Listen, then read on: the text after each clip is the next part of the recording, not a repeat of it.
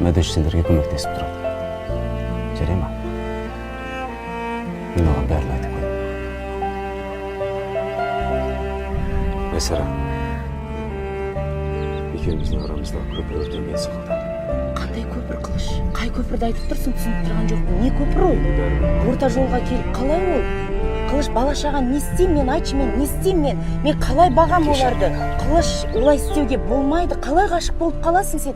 Анау кімнің қолы, Қылыш? Бір сүйір қол көріп тұрмын мен кәдімгідей. Әппақ Қылыш, кімнің қолы? Қош бол, Айсара.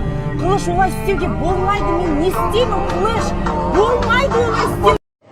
Айсара мен Қылыштың 4-ші маусымдағы ара қатынастары жайында шынымен де ажырасып кете ма деп уайымдап жатқан оқырмандар өте көп екен. Жаңа дайректі ашып қарадым. Айта салайын, екеуі екі жаққа кетеді. Отбасын сақтап қалайық деген ойлар болады. Бірақ шыдамның да шегі бар. Екеуі бір-біріне шыдамай айырылысып тынады. Айсара кімге қосылады?